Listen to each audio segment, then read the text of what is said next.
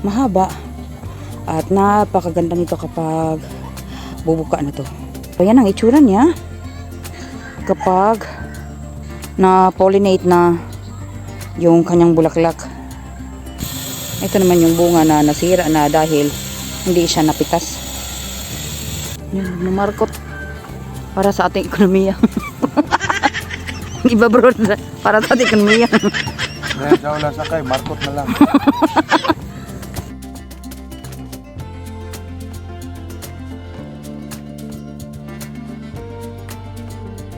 Hi mga kabis, nandito tayo ngayon sa isang lote na may mga dragon fruit. Pag-aari po ito ng bunso kong kapatid. Kaya lang, yung mga dragon fruits niya ay isa lang yan may bunga at isa yung may bulaklak. Dahil wala tayong swerte, seasonal kasi itong mga dragon fruits. So ngayon, samahan niyo ako at titingnan natin itong taniman niya. Ito yung bulaklak. May nag-iisang bulaklak ngayon dahil nga hindi naman talaga season. Mahaba at napakaganda nito kapag bubuka na to. Mamayang gabi ay bubuka na to. Meron akong nakitang isang bunga, nag-iisang bunga na green pa. So punta tayo. Yan yung kubo niya na hindi pa natatapos dahil may iba siyang project na inuna muna. Ito yung nag-iisang green na bunga ngayon. Wala akong swerte dahil hindi season eh. Ang ganda nito kapag pula yung bunga.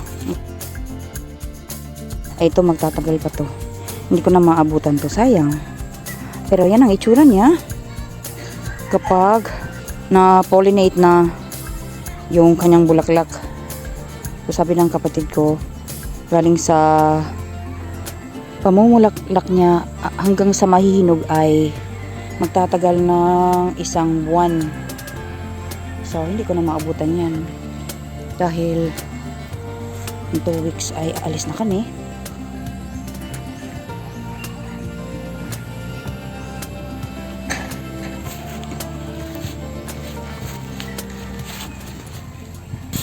Ito naman yung bunga na nasira na dahil hindi siya napitas.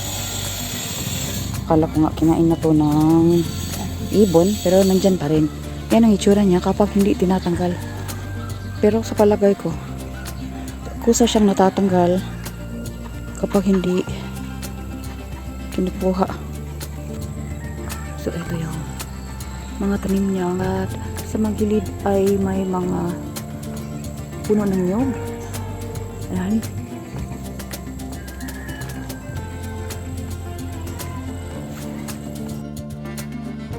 At tayo sa likuran. May mga tanim siyang limonsito. Yan, numarkot. Para sa ating ekonomiya.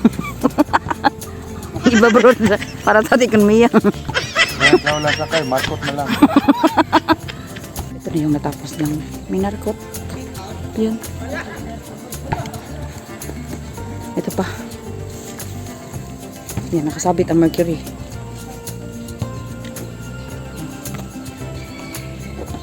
So, ganyan yung pagmamarkot.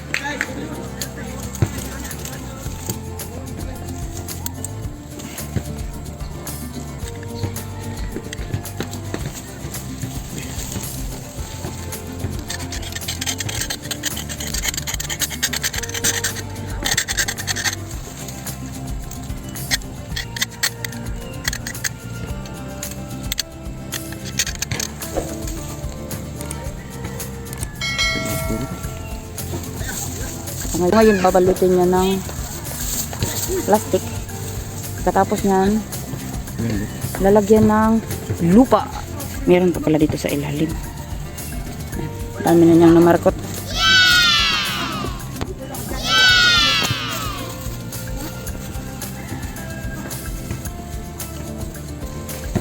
Ngayon lalagyan niya ng lupa.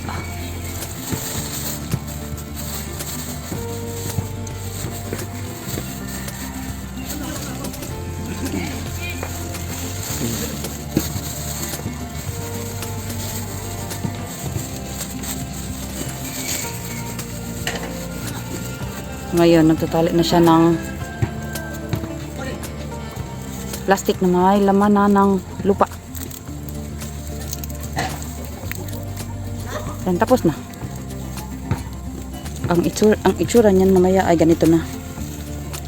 At ganyan. So, tinan niyan. Dito sa side na to, may mga tanim siyang limonsito. Ayun. Galing dito sa unahan patungo dun sa dulo. Ang daming bunga. Ayan. Hindi yan nila nauubos. Binibenta nila. Na nagiging dilaw na habang namumulaklak naman kagaya nung mga tanim ko sa Germany na limonsito. Ang bango nitong bulaklak ng kalamansi. Ang bango. Ang dami oh. Ang daming bunga. Ito naman yung jowa ko. Yan tumatago. Peekaboo! Kapag masipag ka lang magtanim, meron ka talagang maaani. Diba? Kagaya nito.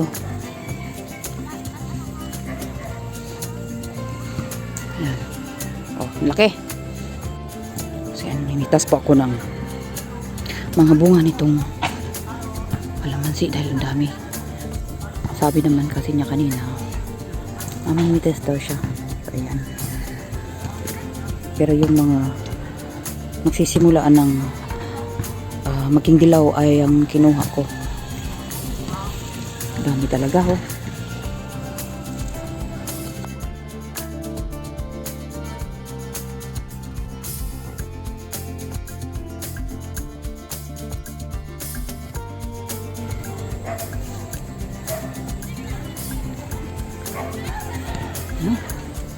Daming biyaya.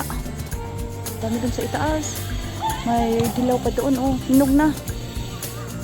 Ito pa, yung isa, oh. Hindi ko na maabot yan. Meron ko dun sa itaas, oh. Grabe.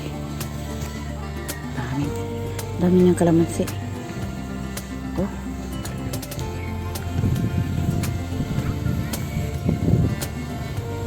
So, meron akong nakikitang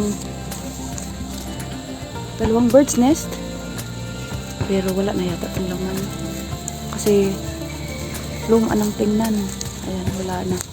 Itong isa medyo bago pa.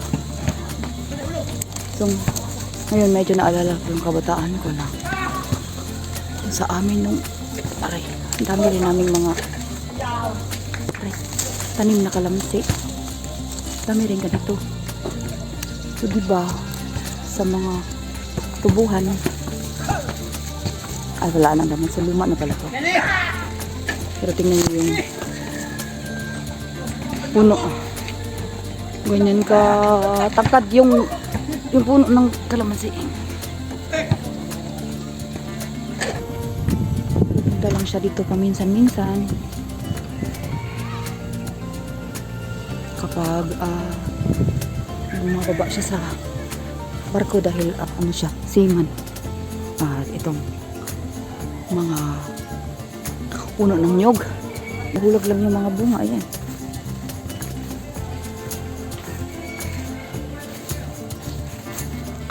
Sarap to.